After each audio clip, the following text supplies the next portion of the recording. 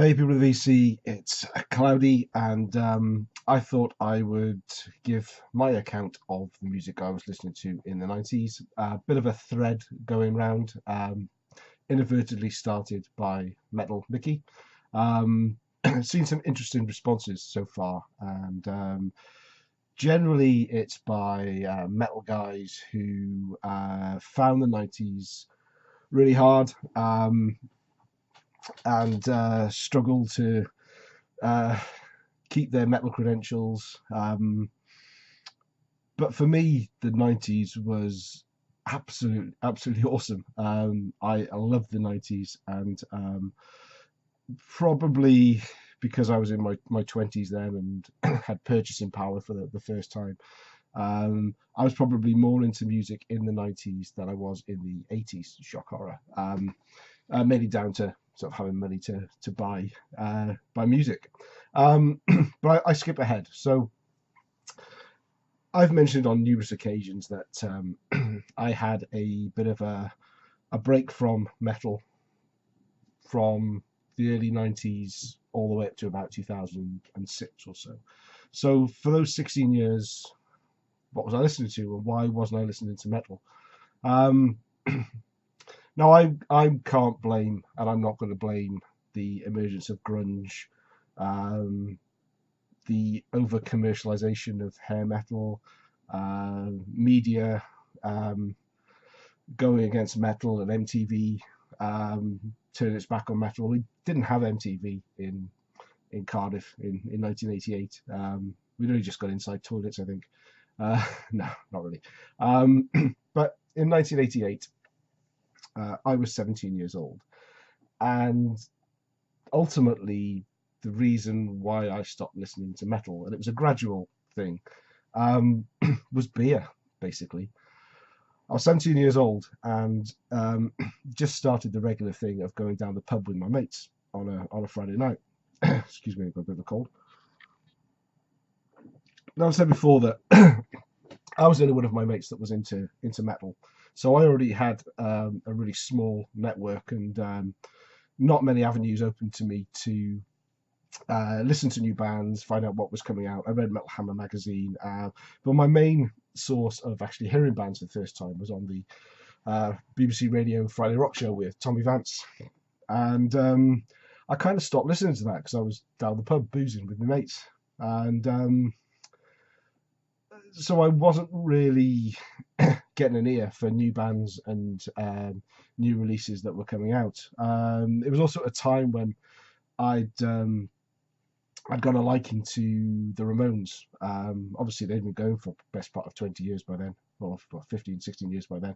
Um, the Wedding Present, a band I've talked about a lot, Manic Street Preachers, a band I've talked about a lot, was starting sort of late 80s, and they really caught my attention. And other bands like the Pixies as well. Um, and so my ear was already turned to different types of music. And when I was 18, I left home, went to college in Liverpool. It's a couple of hundred miles, a few hundred miles from Cardiff, where I grew up. I was away from home for the first time, independence. Um, in the late 80s, early 90s, the you could still get a student grant, so the government were literally paying you a few grand a year to buy beer and some books as well. Um, so I was going out more. I had a whole load of new friends. Again, they weren't metalheads, and the whole indie scene was really just starting to kick off in the UK, and the student culture and lifestyle, and the clubs I went to in Liverpool. So there was the Cavern Club, which was obviously famous for the Beatles originally, the Cabin, Blue Angel, Macmillan's, Mardi Gras. They all had their student nights where you could get cheap beer, and mostly the music was indie. So I was just immersed in it, and I got carried away on the crest of the wave by it. I wouldn't say it was peer pressure. Certainly, if I was influenced by peer pressure, my music choice, I would never have listened to metal in the first place in the 80s. But yeah, so I developed a taste for it fast. But between probably 89 and 92, when I was a student, I didn't buy a lot of music. Handful of cassettes here and there. And I didn't get my first CD player until 1993. And I kind of got guilt tripped into getting that because I met this girl and took her back to my place, and she took one look at this crappy little ghetto blaster I got taped to tape deck, and she just literally burst out laughing because I didn't have a CD player. Anyway, needless to say, she didn't last long. She didn't last the course. But I went out soon after and bought myself a nice little CD mini system and started buying CDs from then. So in 1993, I'd graduated. I'd got my first job. I was single and I had some money in my pocket. And 1994, 1995 they were amazing years. They were the indie Britpop, as it was mainly called in the UK, which I always hated that because it was kind of consigning. It was putting a flag on music, and you shouldn't use national boundaries to categorize music. Music is music, and if it sounds good, it doesn't matter where it comes from. But 1994, 1995 was just immense. It was the equivalent to me of the sort of 86, 87 metal years. There was an explosion of great bands and albums. And in 1995, I changed jobs again, and this time I moved away from Liverpool to Nottingham. I stayed in Liverpool after doing my degree because I had a girlfriend there, but I soon realised that most of my friends had moved away because they either went back to their hometown or they got jobs elsewhere. And soon after that, split up with the girlfriend, and then I decided from that point on that I wouldn't let a girl or any other circumstances stop me from getting the job that I wanted. I ended up getting a job in Nottingham in 1995, and I was seeing somebody at the time for about 6 months, and fortunately that long distance relationship carried on, and we ended up getting married and been together ever since. But so Nottingham was great. Again, I was put into a situation where I moved down for a job. I got a flat by myself. It was the first time I lived on my own rather than sharing accommodation, as I had done in Liverpool. And I really got, as I was gradually getting to meet people and going out slowly, I had a lot more time to really immerse myself in music at the time. So 1995 is probably the year up to that point that I bought the most music, bought the most CDs, and really I lost myself in music and really enjoyed myself. And it kind of carried on then between 1996 and 1999. So where am I going with this? Excuse me. So what I thought I would do for this is initially plan to pull out 20 CDs from the 90s period that I thought would give a good cross section of what I was listening to at the time. But as I was pulling them out, memories were flooding back. Some great memories associated with some of these. I thought I would make a mixtape instead. This is the C19. I needed 19 minutes, or roughly 90 minutes worth of songs.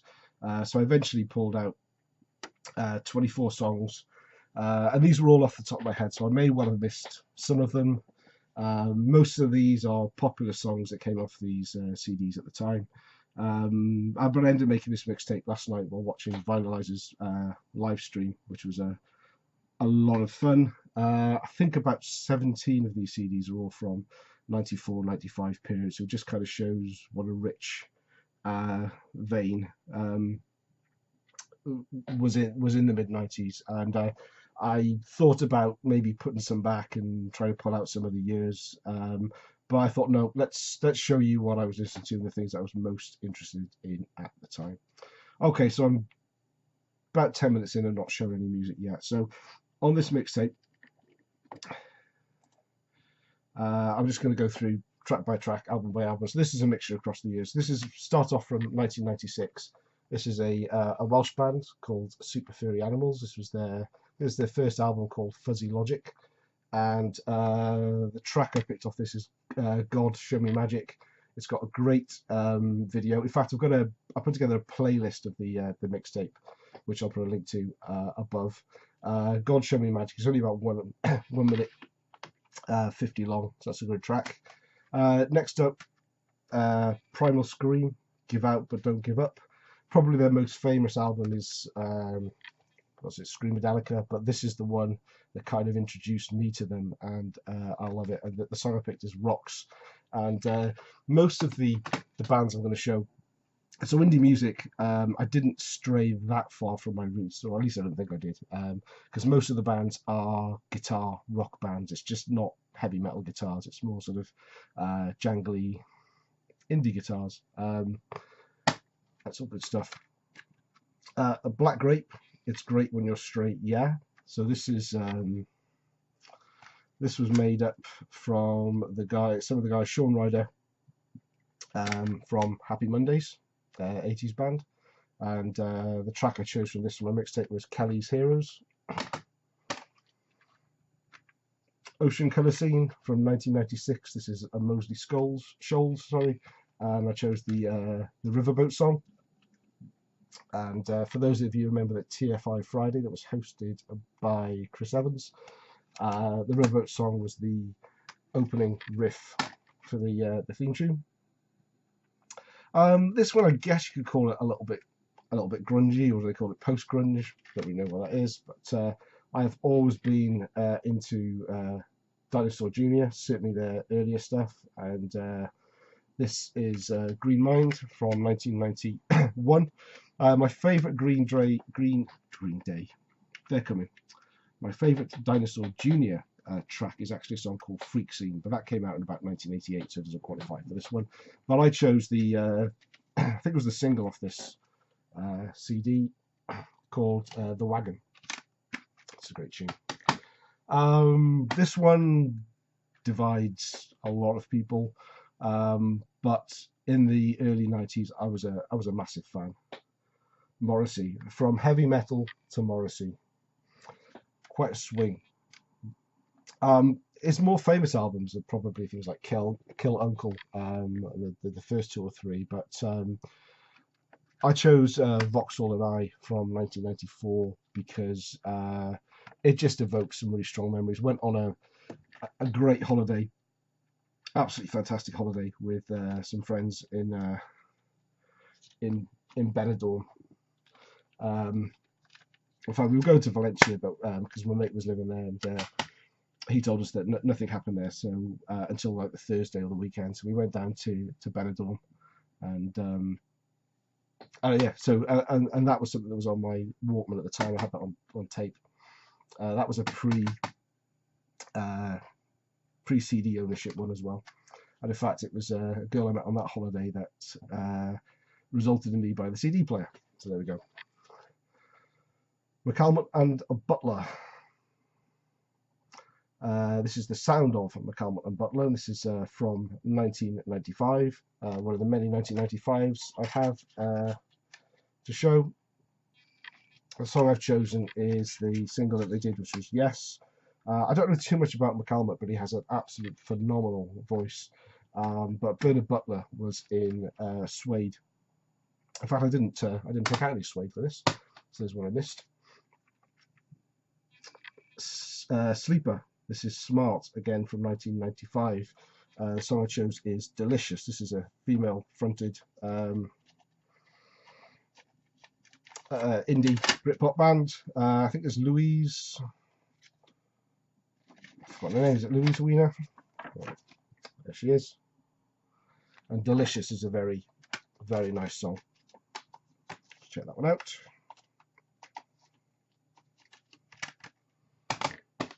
Stone Roses. So the Stone Roses really came to force in the UK in the late 80s when I was still listening to metal. And I didn't like Stone Roses when they first came out. It took me a long time to get into them. In fact, it wasn't until I heard I think Love Spreads was the single off this album. This is the second coming from 1994. And yeah, it's one of those click moments where I had that one, and I played this album non-stop, and subsequently got into some of the earlier Stone Roses stuff again. But the song that I chose to put on my playlist is Driving South, which is kind of quite atmospheric and a bit bluesy as well. It's a brilliant song. You can't talk about the Britpop indie UK years without talking about Oasis. And I didn't get into Oasis. Everyone was mad for it. But I didn't really get into them until sort of 2 or 3 albums in. And I really didn't get to grips with this album, which is their debut. Definitely, maybe, from 1994. Until later on in the 90s, where I picked it up and I gave it a go again, and now it is easily my favorite Oasis album, because it kind of shows them when they were at their youngest and most raw, and really, really, really good. I'm closing out side 1 of the mixtape with some Green Day. Who didn't love Green Day in the 90s? Well, maybe those of you who were the staunch metalheads, but it was fun. And that's one thing I liked about the indie music. It was mostly fun. There was some miserable stuff in there, granted, Morrissey, miserable git. But, Peaches mentioned in his video about a lot of grunge music was kind of very, very depressive and dour, and I didn't, obviously I didn't choose that route. Grunge wasn't something that I was particularly interested in, and the extreme side of metal was something I wasn't interested in, and the over commercialized side of metal I wasn't interested in. So that's one of the reasons that led me down the indie route, and this is, I guess, more in the punk vein, but this is, Green Day were never truly punk, were they?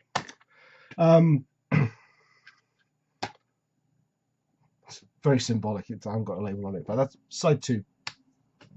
I'm kicking off side 2 with one of my all-time favorite UK indie albums, Pulp, Different Class. Every track on here is absolutely superb. I could have picked so many. Misshapes, Common People, Disco 2000, Sorted for Ease and Whiz. It's great. I did choose Common People. Common People was probably one of my favourite songs from that period, and 1995, absolute pinnacle of peak of the whole era. You won't be surprised to see some Manic Street Preachers in here. One of the rock bands, the alternative rock bands that kind of I really got into at the end of the 80s, and Generation Terrorists was their first album. I seem to recall them in a documentary one time saying that they would never write a love song, they would never produce an album, and eventually they did. And this is for a debut album, it's got 18 tracks on it. I so wish I'd picked this up on vinyl, because it's near impossible to find an original of this on vinyl. I was still buying some vinyl in 1991, 92, but I had this on cassette, original cassette, which I can't find now. In fact, I've got a handful of cassettes that I put aside one time because I knew I'd never wanted to get rid of them, and I just moved so many times I can't find them, and I've still got a box now of the other cassettes that I would have been quite happy to let go. So there we go.